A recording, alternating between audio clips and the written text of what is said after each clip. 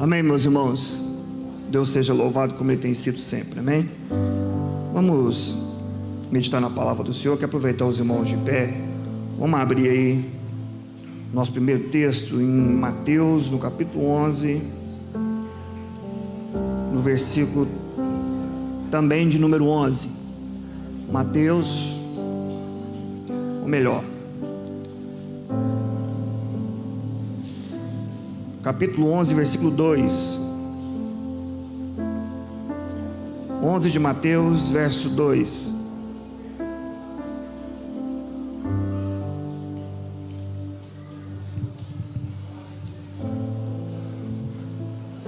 Amém. Diz assim: você que nos visita, você é muito bem-vindo aqui, essa casa de oração. Tenho certeza que você veio aqui com uma ansiedade dentro do seu coração, com uma necessidade. A Bíblia diz que aquele que é poderoso para fazer infinitamente mais daquilo que pedimos ou pensamos, Ele está aqui nessa noite, amém? Abra o seu coração, abra a sua vida, para que o Espírito dele opere em você nessa hora. Versículo 2 diz assim: e João, ouvindo no cárcere falar dos feitos de Cristo, enviou 2 dos seus discípulos a dizer-lhe: és tu aquele que havia de vir, ou esperamos outro? E Jesus respondendo disse-lhe: ide e anunciai a João as coisas que ouvis e vedes: os cegos veem, e os coxos andam, os leprosos são limpos, e os surdos ouvem, os mortos são ressuscitados, e aos pobres é anunciado o Evangelho, e bem-aventurado é aquele que se não escandalizar em mim. Agora João capítulo 4, Evangelho, escreveu João capítulo 4, versículo 25.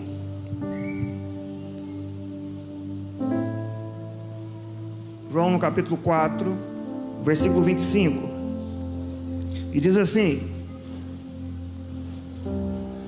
a mulher disse-lhe: eu sei que o Messias, que se chama o Cristo, vem. Quando ele vier, nos anunciará tudo. Jesus disse-lhe: eu o sou, eu que falo contigo. E nisso vieram os seus discípulos e maravilharam-se de que estivesse falando com uma mulher. Todavia nenhum lhe disse: que perguntas, ou por que falas com ela? Deixou, pois, a mulher o seu cântaro e foi à cidade, e disse àqueles homens: vinde e vede um homem que me disse tudo quanto tenho feito. Porventura não é este o Cristo? Saíram, pois, da cidade e foram ter com ele. Atos dos Apóstolos. Vamos ler mais 2 textos aqui, depois os irmãos vão poder se assentar. Capítulo 9. Atos capítulo 9, verso 1.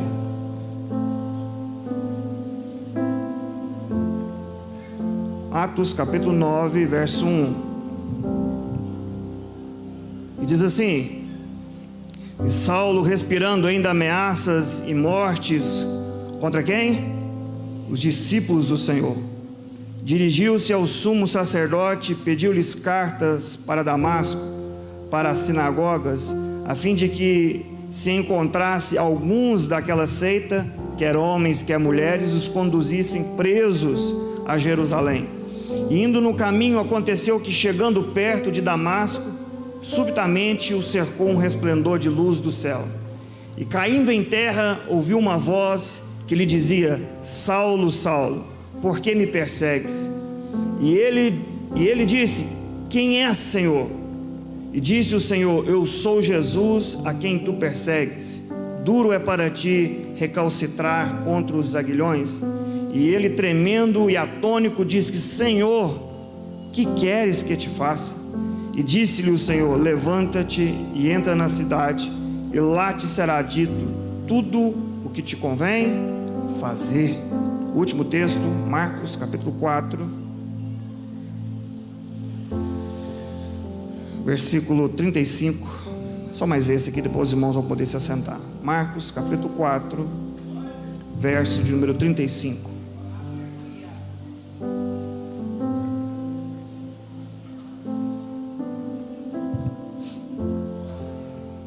Diz assim: naquele dia, sendo já tarde, disse-lhes: passemos para outra margem. E eles, deixando a multidão, o levaram consigo, assim como estava no barco, e havia também com ele outros barquinhos. E levantou-se grande temporal de vento, e subiam as ondas por cima do barco, de maneira que já se enchia de água. E ele estava na polpa, dormindo sob uma almofada, e despertaram-no, dizendo-lhe: mestre, não te importa que perecemos? E ele, despertando, repreendeu o vento e disse ao mar: cala-te, aquieta-te. E o vento se aquietou, e houve grande bonança. E disse-lhes: por que sois tão tímidos? Ainda não tendes fé? E sentiram um grande temor, e diziam uns aos outros: mas quem é esse que até o vento e o mar lhe obedecem? Amém. Podeis assentar, meus irmãos.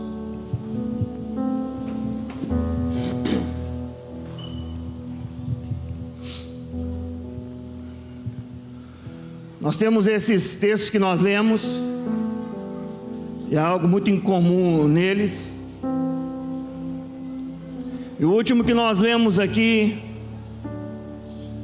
o Senhor Jesus embarca com seus discípulos num barco para atravessar o conhecido mar da Galileia, né? E a Bíblia diz que eles, nessa embarcação, que naquele tempo era uma embarcação simples, que não tinha essas tecnologias que hoje tem, esse aperfeiçoamento, era basicamente um barco ali feito de uma madeira, de uma forma muito rústica. E não era um barco possivelmente muito grande, porque os pescadores faziam barcos para no máximo 4, 5 deles. E eles estavam ali possivelmente em 13, os 12, mais Jesus Cristo.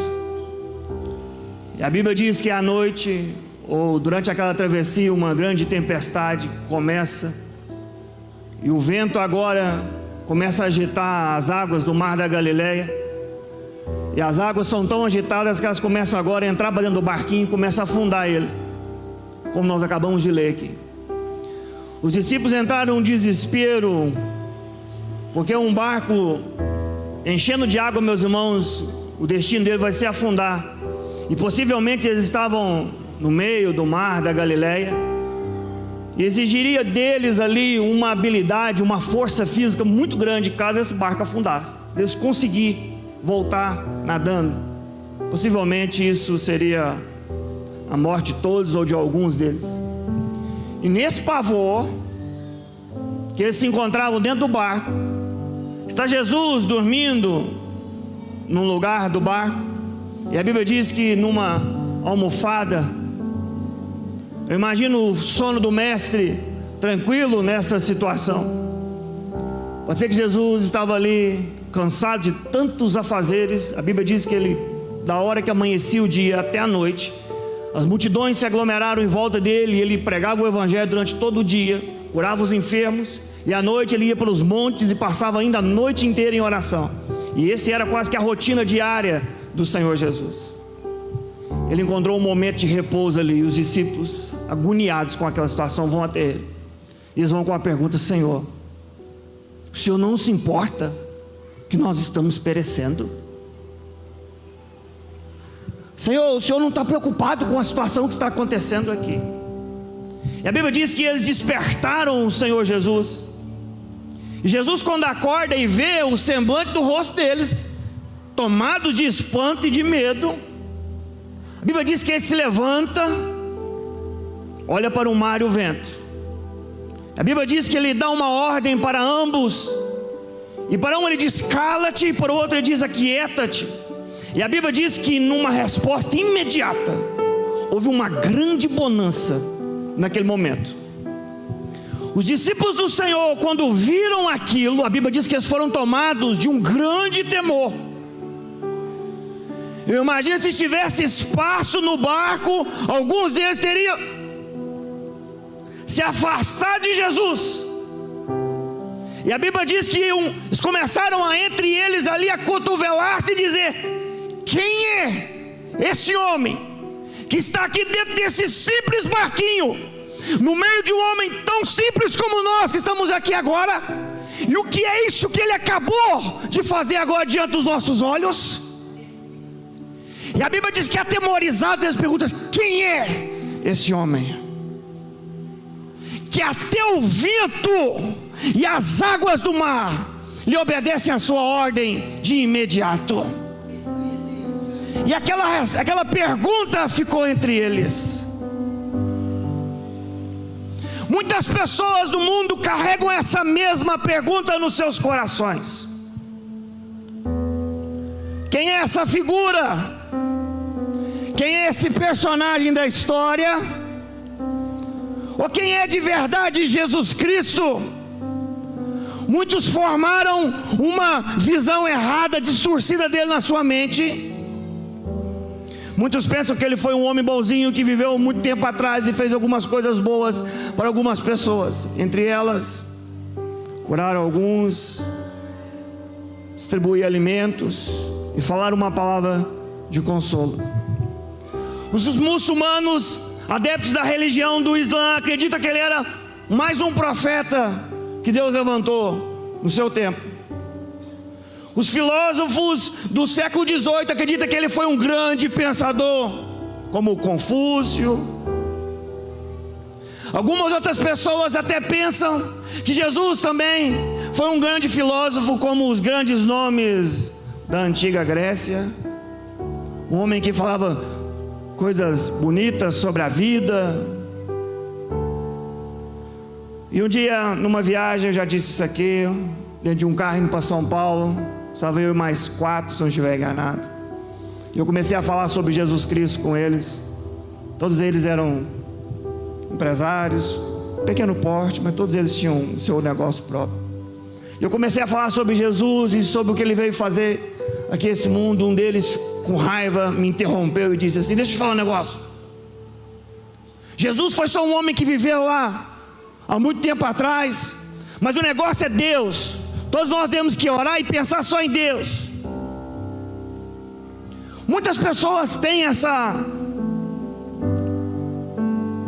forma errada de quem ele é. E os seus discípulos, até esse ponto, com muita dificuldade, eles ainda não tinham entendido quem era Jesus. Meus irmãos, dentro desse barco dos 12, estava um deles que escreveu o evangelho que nós lemos aqui no capítulo 4, que é João.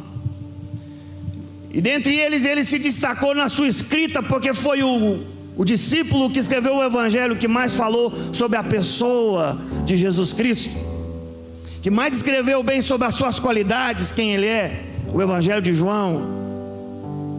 E quando João foi escrever o seu evangelho, e ele foi falar sobre quem é Jesus Cristo, e quando você abre o capítulo 1, no versículo 1, ele vai dizer quem era Jesus, ou quem é o Senhor Jesus Cristo. E ele começa escrevendo dizendo: no princípio era o verbo, a palavra, e o verbo estava desde o princípio com Deus, e o verbo era Deus. E o versículo 2 ele diz: e todas as coisas foram criadas por Ele, e tudo que existe foi Ele quem criou. Em outras palavras, João está mostrando para nós que Jesus é Deus. Quando ele está dizendo ao vento e ao mar: aquieta-te, acala-te, eu te criei, e eles instantaneamente obedeceram à voz do Senhor Jesus Cristo, porque Ele é o Criador do universo e tudo que nele existe. Você está aqui, o seu corpo, tudo que é complexo no corpo do ser humano, que os cientistas, a medicina, olha para todo o funcionamento, e eles ficam assim, admirados, de como dentro de um corpo de um ser humano, pode se desenvolver outro ser humano, os ossos nascerem, o coração começar a bater, e dentro desse ser humano, quando ele sai para fora do ventre da sua mãe, ele já tem um corpo, uma alma e um espírito nele. E quando esse bebê sai para fora, ele começa a chorar, e a primeira coisa que ele quer agora é alimentar. Ele já tem vontade. A ciência não sabe explicar isso, como uma bola de carne, que aqui o meu globo ocular consegue abrir uma visão na mais precisa, como se diz, Full HD, definição. Nossos olhos, com exceção quando você tem um problema de miopia ou qualquer outra coisa, se todas as cores do mundo que Deus criou, das plantas, estivessem aqui, os nossos olhos podem contemplar todas elas e dividi-las. A ciência olha isso, eles não têm resposta para isso. A harmonia do cosmos, do universo, dos planetas, das estrelas, isso dá um nó na cabeça desses cientistas ateus e desses homens que se acham os mais sábios do mundo. E eles pensam como tudo isso existe e como isso se mantém funcionando perfeitamente. Meus irmãos, você já pensou no sol? O sol nunca esfriou e nunca parou. Você já pensou o que é que mantém aquilo aceso? São as obras. Gênesis capítulo 1, os versículos ali que vai dizendo, diz que ele criou o sol para iluminar o dia e a lua para iluminar a noite, as obras das mãos do Senhor. Quem é esse? Ele não é só o Criador, ele é aquele também que dá vida e que sustenta todas as coisas. Quem é esse? O apóstolo Paulo, meus irmãos, no capítulo 9 de Atos que nós lemos, Lucas foi o seu companheiro e ele escreveu o livro de Atos. E esse homem narrou a trajetória, a vida e o ministério do apóstolo Paulo, desde a sua conversão no capítulo 9 até o último capítulo do livro de Atos. E a Bíblia diz claramente que Paulo saiu de Jerusalém, combinado com os sumos sacerdotes, com cartas, autorização, para perseguir quem, meus irmãos? Os discípulos de quem? De Jesus. E Paulo sabia, e ele dizia assim: eu vou prender tanto homens como mulheres que pertencem a essa seita. Porque Paulo estava muito convicto aqui na sua mente do que Jesus, que tinha vivido na Galileia, na Judeia, e foi morto, crucificado pelos romanos. Depois que ele foi morto, ele foi enterrado e acabou-se aquilo. E Jesus não era o Messias, coisa alguma, que ele não passava de um impostor que fundou uma seita, que é uma falsa religião. E Paulo agora queria acabar com essa seita e perseguir os discípulos do Senhor. E ele estava tão convicto, tão certo, que Jesus não existia, que ele já estava morto, crucificado, e que agora a missão dele era exterminar um pouquinho dos discípulos que restava ali. E ele vai, possivelmente ele mais poucas pessoas, acabar com essa seita. A Bíblia diz que indo de caminho a Damasco, um resplendor de luz cerca o apóstolo Saulo. E a Bíblia diz que ele cai por terra quando ele ouviu uma voz do céu que dizia: Saulo, Saulo, por que me persegues? E a pergunta imediata de Paulo foi qual, meus irmãos? Quem és tu, Senhor? Quem é você que fala comigo? Paulo não acreditava que Jesus estava ressurreto, porque ele queria acabar com a seita. Mas a resposta que esse homem escuta ao fazer essa pergunta foi: Jesus brada dos céus e diz: eu sou Jesus, a quem tu persegues. Um homem corajoso e cheio de raiva, querendo pegar os cristãos, os discípulos de Jesus, para prendê-los e, se precisasse, até matá-los, como foi o caso de Estevão. Você imagina o que esse homem sentiu quando ele ouviu uma voz do céu dizendo: eu sou Jesus. Aquele que você acha que está morto, que não existe, que é um impostor, eu sou Jesus. Ah, meus irmãos, eu imagino os joelhos de Saulo tremendo naquela hora. Eu imagino o seu interior tomado de uma intensa culpa, de um intenso medo. Quando ele diz dos céus: eu sou Jesus, Paulo dizendo: tu não está morto? Os romanos não te mataram. Eu não estou perseguindo agora uma seita. Sabe qual foi a resposta do apóstolo Paulo? O que queres, Senhor, que eu te faça? Senhor, possivelmente, Paulo usou a palavra grega usada várias vezes no Novo Testamento, que dizia a respeito daquele que era dono do outro. Paulo está dizendo agora: Senhor, o que queres que eu te faça? Paulo estava agora mesmo achando que Jesus era um impostor, que estava morto. Mas quando Jesus apareceu para ele, naquele dia, ele diz: agora eu sou seu servo. Eu não vou fazer mais o que eu pensava em fazer, as coisas que eu estava tramando em fazer, mas eu vou fazer agora aquilo que o Senhor quer que eu faça. Meus irmãos, essa mesma situação vai acontecer na vida de muitos homens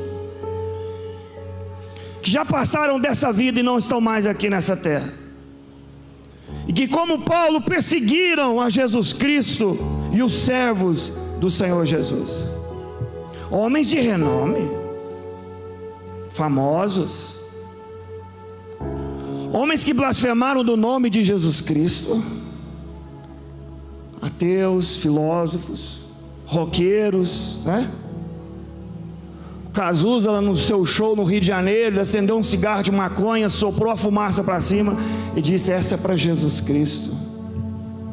Morreu de overdose.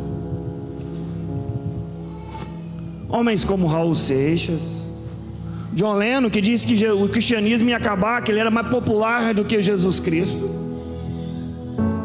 Homens como Che Guevara, Hitler,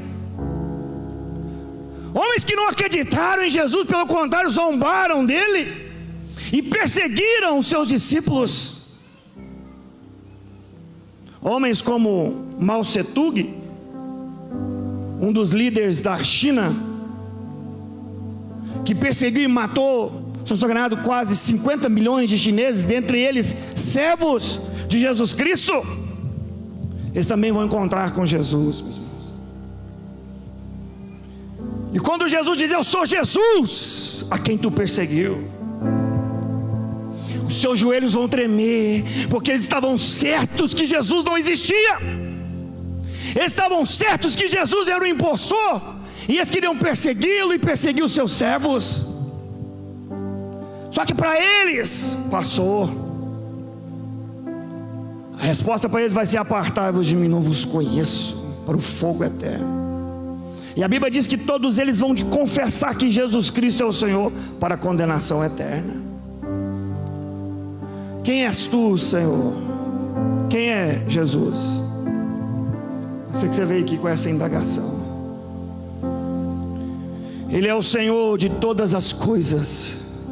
O governo está sobre os seus ombros, o poder e a autoridade.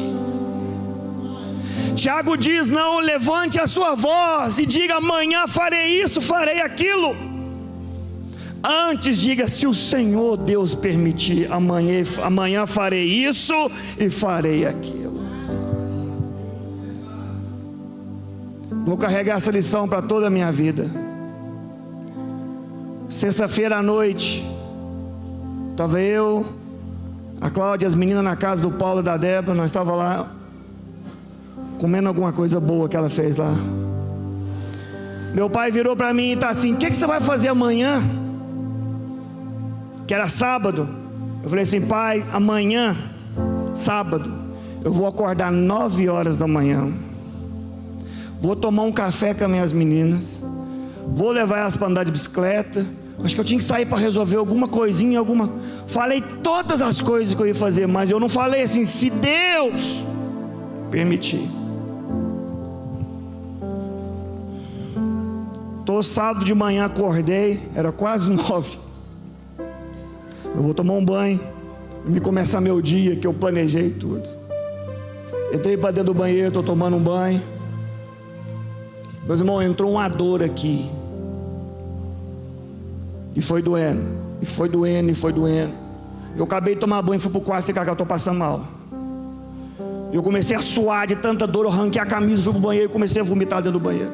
Eu estou passando mal, cadê um paracetamol? Estou passando mal, busco um Buscopan, estou passando mal, e Buscopan e paracetamol e nada. Pai, tem que ir para o hospital, me leva. Parti dentro do UPA.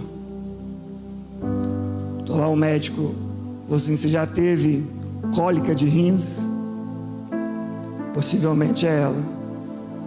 Vou te dar um remédio aqui. Eu sentei lá, meus irmãos, e ele pôs aquele negócio no conta-gota, e junto com o remédio de tirar a dor, que foi o tramadol, que já tomou, sabe, é o irmão da morfina. O Paulo já tomou até morfina por causa de cólica de rins. Eu tomei o tramadol, o irmão dela. E junto com o remédio, ele aplicou adrenalina. Eu não sei qual delas. E ele aplicou junto, porque ele queria que o efeito do remédio fizesse rápido no meu organismo. Meus irmãos, aquilo me deu uma crise de ansiedade dentro daquele lupa. E aquilo pingando assim, ó, tum, tum, uma bolsa de soro. Eu lá travado. E eu estou assim comigo, pensando comigo: se esse remédio arrancar essa dor aqui que eu estou sentindo, é o melhor remédio do mundo. Porque eu pensei, quando eu entrei lá, que para mim sarar do que eu estava sentindo, eles iam ter que me abrir. E eu estava lá dentro. Eu lembrei de Tiago. Eu não tomei café com as minhas meninas, acho que nem água eu pus na boca, de tanta dor. Eu não andei de bicicleta com elas, eu não fiz nada, se Deus não permitir. Paulo disse consigo mesmo: eu vou para Damasco, eu vou prender os cristãos, eu vou fazer isso, eu vou fazer aquilo. Ele não fez nada. E há muita gente que está aí hoje também, vivendo desse mundo, achando que tem o domínio, o controle da sua vida. Jesus interrompeu a vida de Paulo, porque Deus tinha um propósito de salvação com aquele homem. E é o mesmo propósito que Ele tem com toda a humanidade que está viva hoje, com cada um de nós que estamos aqui, sentados nesse banco hoje. Paulo entendeu naquele dia quem era Jesus Cristo, que não era um impostor, que não era uma invenção da cabeça dos galileus, que não conheciam muito a Bíblia, porque ele conhecia muito o Velho Testamento.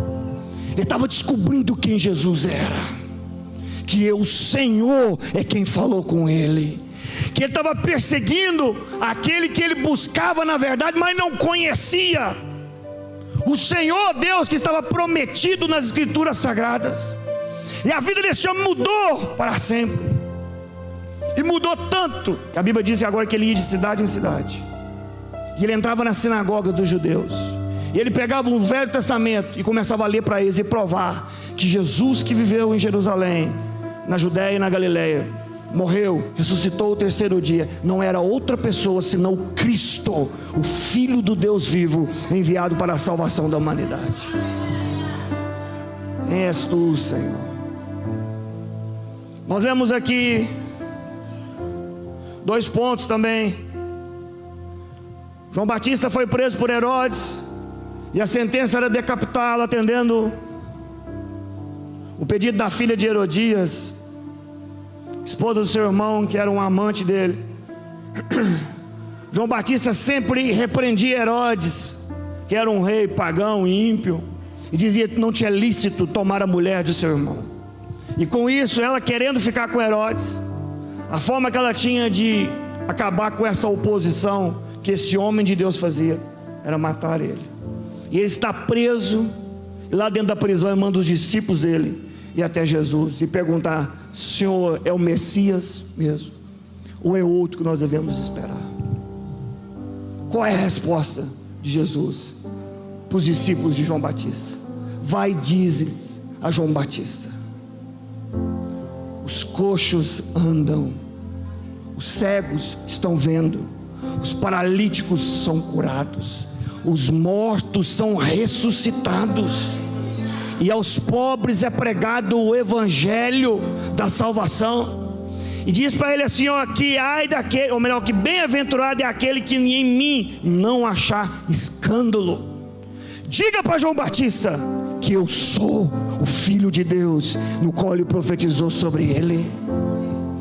A mulher samaritana, conversando com Jesus em João no capítulo 4, fez a mesma indagação quando Jesus começa a falar com ela sobre as coisas vindouras, sobre a presença do Espírito Santo. Ela diz: eu sei que o Cristo há de vir, e eu sei que Ele vem, e quando Ele vier vai nos ensinar todas as coisas. Jesus vira para ela e diz: olha, eu sou o que falo com você. Ele não vai vir, Ele já veio, Ele já chegou. Eu sou o que falo contigo. Se você agora beber a água que eu lhe der, uma fonte vai jorrar para a vida eterna. Ela já teve vários maridos, uma mulher que tinha um vazio interior muito grande, e a Bíblia diz, meus irmãos, que ela largou até o cântaro para trás e foi correndo na cidade e contou para as pessoas e disse assim: olha, eu encontrei um homem, ele falou tudo quanto eu tenho feito. Porventura não é ele o Cristo? Não é ele o esperado? Meus irmãos, ele veio, e ele morreu, e a Bíblia diz que o Pai o ressuscitou ao terceiro dia, e a Bíblia diz que o Pai fez dele juiz, e ele há de julgar toda a humanidade. O apóstolo Paulo, no capítulo 17 de Atos, ele vai pregar a sua mensagem e vai falar sobre Jesus no lugar onde existia as mentes mais brilhantes, né? Areópago, Atenas, a cidade mais com certeza mais conhecida da antiguidade, onde tinha os pensadores mais influentes da época. Até hoje a cultura ocidental é influenciada por esses pensadores. A Bíblia diz que Paulo chega, a Bíblia diz que o coração dele fica perturbado pela idolatria que está em Atenas. Tem deuses para tudo quanto é lado, e a Bíblia diz que ele viu um altar, e lá tem um nome ao Deus desconhecido. Paulo entra na cidade e começa a pregar, e a Bíblia diz que os atenienses todos estavam atentos a essa nova doutrina que é chegada até eles, pela boca do apóstolo Paulo. Agora ele diz: olha, esse realmente que vocês não conhecem é que eu vim falar para vocês. Sabe quando começa a falar sobre Jesus, sobre Deus? Aquele que criou todas as coisas, aquele que não é servido pelas mãos dos homens, ele não habita em templos, nem necessita de nada dessas coisas, ele é o Senhor. Paulo disse: nele nós vivemos, existimos e nos movemos. Ele não é só o Criador, é Ele que mantém a cada um de vocês está aqui vivos, e Ele ordena em todos os lugares que os homens se arrependam dos seus pecados, porque Ele há de julgar a terra por um varão que Ele levantou. E Paulo vai falar que a prova que Ele deu disso é que Ele ressuscitou Ele dos mortos. Aqueles atenienses, quando ouviram isso, a Bíblia diz que muitos deles acharam aquilo forte demais, mas a Bíblia Sagrada diz que vários se ajuntaram ao apóstolo Paulo e creram naquele dia e foram salvos. Quero vos dizer, muitos lugares a imagem de Cristo é essa, de um Cristo derrotado, que está preso até hoje numa cruz, amarrado, inerte. E muitas pessoas, quando chegam a essas imagens de Jesus, eles se entristecem, porque parece que essa imagem é a imagem real e atual do Senhor. Meus irmãos, mas não é essa a verdade sobre ele. A verdade sobre ele é o que Paulo diz: Deus o ressuscitou dentre os mortos. Ele aparece aos seus discípulos, e aparece a centenas de pessoas, vivo. E quando a Bíblia fala que ele chega diante dos seus discípulos, uns deles já sabiam da sua ressurreição, contaram para Tomé, e Tomé falou assim: eu só acredito se eu bater o dedo do buraco aqui do cravo na cruz. E a Bíblia diz que Jesus aparece, ele vai até Tomé e diz: Tomé, não seja incrédulo, mas seja crente. Sabe o que Tomé respondeu? Tomé disse: meu Deus, meu Salvador. Ele reconheceu quem ele é. Ele é Deus, e ele também é o Salvador de toda a humanidade. Deus fez dele o juiz quando Deus o ressuscitou dentre os mortos. Essa é a prova que ele há de julgar a humanidade inteira.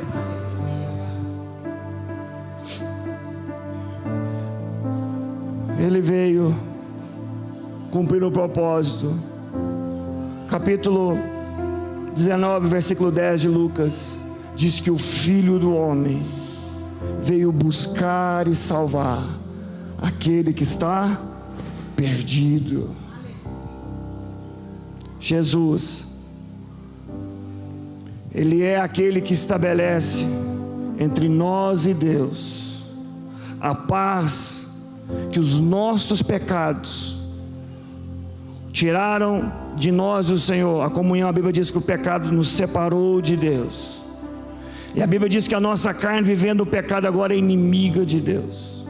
Deus não tem nenhuma ligação. A Bíblia diz que Ele não ouve a pecadores. Por isso que Paulo diz que Ele ordena a todos os homens em todos os lugares que se arrependam, porque só existe uma maneira de aproximar de Deus. É quando você toma uma decisão de abandonar os seus pecados e vem até Ele, pedir a Ele a misericórdia e o perdão. É a única forma que você pode ser aceito diante dEle. Ele é o Senhor Deus. O seu caráter é puramente santo, e Ele não ouve nem atende a pecadores, a não ser que Ele se arrependa dos seus pecados. Deus provou o seu amor para conosco em que Jesus Cristo, seu Filho, morreu por nós, quando todos nós que estamos aqui ainda éramos pecadores. Como Deus fez isso? A condenação que o nosso pecado trouxe sobre nós era a condenação descrita já na velha aliança para todo aquele que quebrasse a lei de Deus. Toda alma que pecar, essa alma morrerá. O pecado separa nós eternamente de Deus, e todos nós, como a Bíblia Sagrada diz, pecamos contra o Senhor. Quantas vezes? Quantos pecados?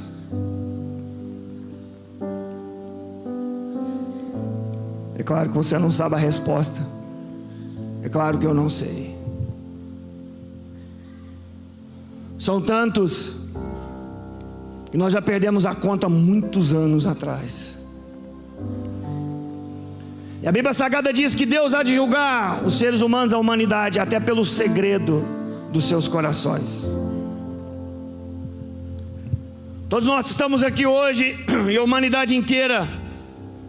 A Bíblia diz que Deus encerrou todos debaixo da desobediência, porque todos, sem exceção de nenhum, pecaram contra Deus. Mas Ele fez isso também para usar para com todos, como a Bíblia Sagrada diz, de misericórdia. E Ele demonstrou isso. Como Deus demonstrou isso? Matando e condenando o seu Filho no meu e no seu lugar. Deus pregou Jesus vivo na cruz, e a Bíblia diz que Deus agradou fazê-lo. Um dia eu estava conversando com um jovem no enterro agora, no enterro de um falecimento de um tio, da Cláudia. Já está aí com uns 15 dias ou 20 dias. Ele não serve ao Senhor, não frequenta a igreja. Estava vendo um vídeo de uma pregação, e o pregador leu Isaías 53, e diz Isaías 53 que Deus agradou moer Jesus. Ele diz que quando ele ouviu aquilo, ele não conseguiu assimilar isso. Ele diz: como Deus pode fazer isso com o seu Filho Jesus, o único que ele tinha? E ele diz: por causa dos meus pecados, por causa de todas as besteiras que eu fiz, rindo e alegre as fazendo. Ele diz: foi muito forte para mim ouvir aquilo. A Bíblia diz que Deus agradou moer Jesus. Por que ele estava agradando? Meus irmãos, Deus, no seu caráter, na sua pureza, a Bíblia diz que ele é o justo juiz. E ele criou a sua lei, e na sua lei tem a condenação que ele aplica sobre todo pecador. Na cruz, Deus estava executando a sua justiça nos pecados de todos aqueles que creram no seu Filho Jesus Cristo.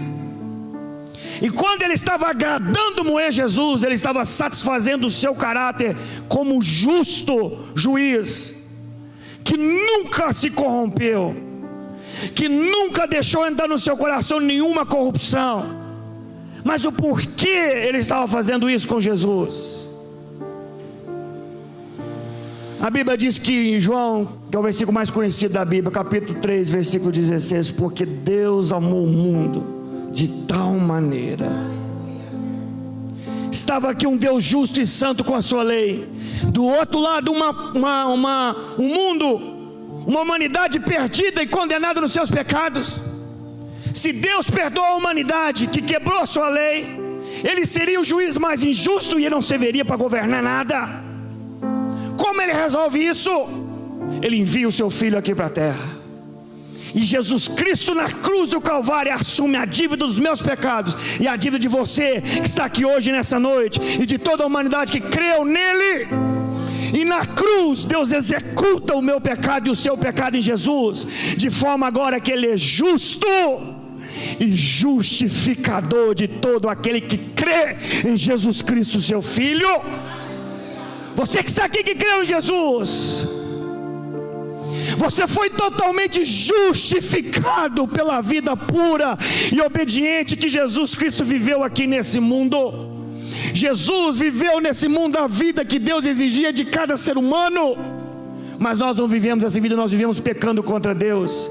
Ele viveu a vida que a lei de Deus exigia, para que o homem fosse salvo. E na cruz, o meu, o seu pecado foi para cima dele, e Deus executou a justiça dele. E a vida de obediência e de justiça dele, quando você crê nele, agora vem para você. Deus não te olha mais como um pecador condenado, ele te olha como ele está olhando o Filho dele, Jesus Cristo. Isso é a obra da salvação. Quem é esse Deus? Paulo queria saber, os discípulos queriam saber. Ele é o Senhor, ele é o Criador, ele é o Salvador, ele é tudo que você tem nessa vida. É Deus, é Jesus Cristo, o Senhor. Diz ele no capítulo 14, versículo 6 de João, é muito conhecido: eu sou o caminho, a verdade e a vida, e ninguém vem ao Pai a não ser por mim. Maomé, Buda, Hare Krishna, todos esses homens foram pecadores, e todos eles, para entrar no reino dos céus, precisariam crer de todo o seu coração no Filho único que Deus tinha, que enviou aqui a esse mundo, que morreu na cruz do Calvário, mas pelo poder de Deus foi ressurreto e vive agora em glória, e pedir a Jesus Cristo perdão por seus pecados para serem salvos. Esses homens não podem salvar ninguém. A salvação da humanidade inteira está em Jesus Cristo, o Senhor. E ele disse aos seus discípulos: ide por todo mundo e pregai essa boa notícia. Embora todo homem pecou e está condenado, eu abri uma porta para a salvação para eles. Na cruz a salvação foi aberta, e os discípulos dele foram por todo mundo. E hoje aqui nessa noite, essa mesma ordem de Jesus Cristo é cumprida. Você está ouvindo o mesmo evangelho que eles ouviram naquele dia, creram e foram salvos. Jesus, um dia com seus discípulos, perguntaram: Senhor, nós deixamos tudo para te seguir, o que será de nós? Jesus disse: a vocês será dado assentar em 12 cadeiras. Meus amados irmãos, nós não sabemos a dimensão daquilo que nos espera no reino dos céus. Os olhos que nós temos e essa mente tão carnal e frágil, humana, não pode dimensionar a glória que está reservada lá nos céus para nós. Quem criou todas essas coisas foi o Senhor Deus Todo-Poderoso. E nós vamos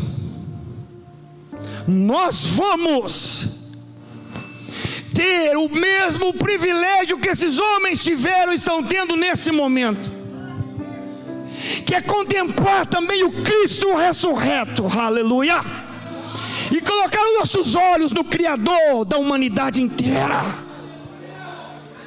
Eu não sei se quando você se ajoelha para orar, você pensa nisso. Estou conversando com o Criador de todas as coisas. Eu estou falando agora com Deus que resolve, que faz todas as coisas. O poder, o domínio está nas suas mãos. Esse Deus manifestou o seu grande amor para comigo da forma mais intensa e maravilhosa. Os pais, mate agora o seu filho por essa humanidade que está aí fora. Você nunca vai fazê-lo. A Bíblia diz que Deus provou o seu amor. O amor de Deus foi verdadeiro, porque quando Ele matou Jesus, nós éramos ainda pecadores. Ele provou o seu amor para conosco. Ele nos viu fazendo coisas erradas, e mesmo assim Ele estendeu a sua misericórdia e o seu Filho, enviando aqui esse mundo, e o executando da forma mais cruel e violenta que existia naquela época, para que você fosse salvo. Milhões têm sido salvas, pessoas salvas ao redor do mundo. João teve a visão do futuro dos céus, ele viu milhares de milhares. Ele me viu lá no céu, Ele te viu, você que está aqui hoje, nessa noite, que tem crido em Jesus Cristo, profeticamente, Ele já te viu lá no reino dos céus, pela obra da salvação que Jesus fez por mim e por você, na cruz do Calvário. Deus o ressuscitou dentre os mortos, e Ele vai julgar toda a humanidade. Você só será justificado. Só existe justificação na nossa vida, do nosso pecado, dos nossos erros, quando nós cremos em Jesus Cristo. Eu quero falar que fé em Jesus não é crença, que não é força de pensamento. Eu creio em Jesus. Não. A palavra fé no seu original grego é uma palavrinha pequena, fide. Essa palavra tem na sua raiz uma outra palavra traduzida que é fidelidade. Quando você está dizendo eu creio em Jesus Cristo, você está dizendo eu tenho uma fidelidade, eu tenho uma aliança com Jesus. Eu creio não só na figura que existiu e viveu aqui, eu creio na sua palavra. Eu creio naquilo que Ele falou e ensinou, que é a verdade absoluta para a minha vida. Eu creio que a fé nele, que Ele é o único que pode dar o perdão dos meus pecados e a minha salvação. Se essa fé estiver em você nessa noite, hoje mesmo, você sairá aqui dessa noite, dessa igreja, salvo, e uma nova vida começa para você. E se Ele aparecer nos céus essa noite ainda, ou você sair daqui e a sua vida se encerrar, o seu destino não será outro, senão a sua entrada no reino dos céus, para a glória eterna com o Senhor Deus. Porque a Bíblia diz, capítulo 8 de Romanos, que nenhuma condenação há para aqueles que estão em Cristo Jesus, que agora não andam mais segundo a carne, mas segundo o Espírito, porque a lei do Espírito e da vida nos livrou da lei do pecado e da morte. O que estava enfermo a nossa carne fazer por nós mesmos, Deus o fez, matando o seu Filho para a remissão dos nossos pecados e enviando o seu Espírito Santo para habitar agora em nós, nos fazendo viver uma vida vitoriosa contra o pecado, contra Satanás e contra todas as coisas desse mundo. Por isso a Bíblia diz que aqueles que estão em Cristo Jesus se tornam uma nova criatura. Você está aqui hoje, você não conhece a Jesus Cristo, você tem vivido a sua vida só de uma teoria que outras pessoas te deram sobre Ele, escutando coisas na televisão. Você nunca teve um encontro pessoal, particular e verdadeiro com Ele. Você ainda não sentiu, e você ainda não viveu a maior experiência que um ser humano pode viver nesse mundo, que é a salvação da sua alma. Quando todos os seus pecados são perdoados, e todo aquele fardo de culpa e de medo de ir para o inferno é tirado de sobre você, e uma paz e uma alegria entra na sua vida, na sua alma, e você agora vira para Deus e diz: Pai, obrigado Deus, porque antes você estava como inimigo, separado, longe de Deus, mas você vai se sentir agora como um filho do Senhor, amado dele, que você agora está o amando também. Meus irmãos, Isaías diz que Jesus seria o príncipe da paz. Ele removeu o nosso pecado que trazia inimizade entre nós e Ele. Nós agora podemos chegar até o Senhor Deus, porque Ele fez isso por nós. Sua vida está longe do Senhor, você até hoje não foi salvo. Você, quando ouve isso nessa noite, a sua consciência começa a trazer agora o peso dos seus pecados, uma insatisfação com você mesmo, porque você sabe que a sua vida não está certa. Começa agora a mexer dentro de você. Jesus disse que o Espírito Santo, quando Ele enviasse Ele, e Ele fez isso 2000 anos atrás, quando Ele viesse aqui a esse mundo, Ele convenceria o homem do pecado, dos seus pecados, da justiça de Deus, como ela é perfeita, e do juízo que o Senhor Deus vai trazer. Esse desconforto que você está sentindo agora nesse momento, o Espírito Santo está mostrando você como você precisa ser salvo dos seus pecados. Jesus morreu naquela cruz, foi exatamente para te dar essa salvação. Ele vai tirar esse fardo pesado das suas costas. A Bíblia diz que Ele apaga os nossos pecados, e de nenhum deles Ele se lembra mais. Deus não vai te olhar mais e te pensar: você está bonzinho hoje, mas você era um cara ruim, fazia tanta coisa errada, você era uma mulher ruim. Não. Jesus nos vê hoje, ou Deus nos vê, como se nós tivéssemos vivido a mesma vida que Jesus viveu aqui na terra. Esse é o grande milagre da salvação. Ele nos faz justos. Um justo tem que temer alguma coisa, irmãos? Um justo não deve nada. O justo anda tranquilo. Jesus vai voltar e diz: glória a Deus, eu estou tranquilo, eu fui justificado, os meus pecados foram todos eles perdoados, e eu vivo agora uma nova vida. O medo do inferno não me atormenta mais. Jesus fez isso por mim, Ele me salvou. Essa mesma alegria está trazendo milhares de pessoas ao redor do mundo. E você está aqui hoje, nessa noite, e a sua vida está dessa maneira.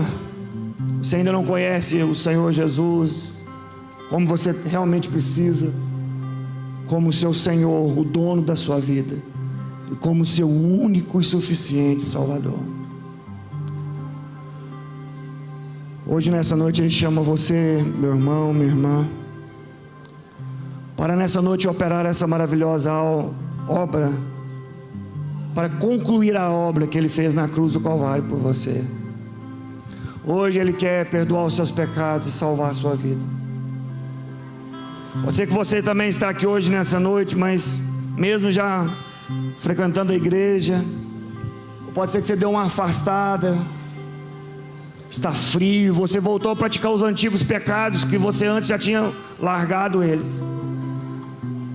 Você se distraiu com as coisas dessa vida e permitiu que o engano de Satanás te iludisse.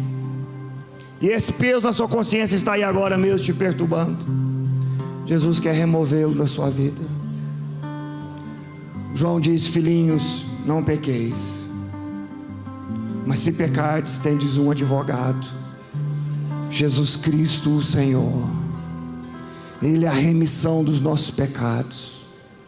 O sangue que Ele derramou na cruz, naquele dia da sua morte, aquele sangue, Deus usa ele para apagar toda a iniquidade, para apagar toda a imundícia que o pecado trouxe sobre a nossa vida. Você pode dizer assim: pastor, as coisas que eu faço são muito vergonhosas, eu tenho vergonha de me referir a elas, eu não acredito muito que Deus possa ter misericórdia de mim. O apóstolo Paulo foi falar da sua conversão. Ele disse: o Senhor salvou o pior dos pecadores. Ele diz: e era eu. Se o pior dos pecadores foi salvo, meus irmãos, todos nós que estamos aqui, todas as pessoas ao redor do mundo podem ser salvas. Deus ordena que você se arrependa dos seus pecados e coloque a sua fé em Jesus Cristo como seu único Senhor e como seu Salvador.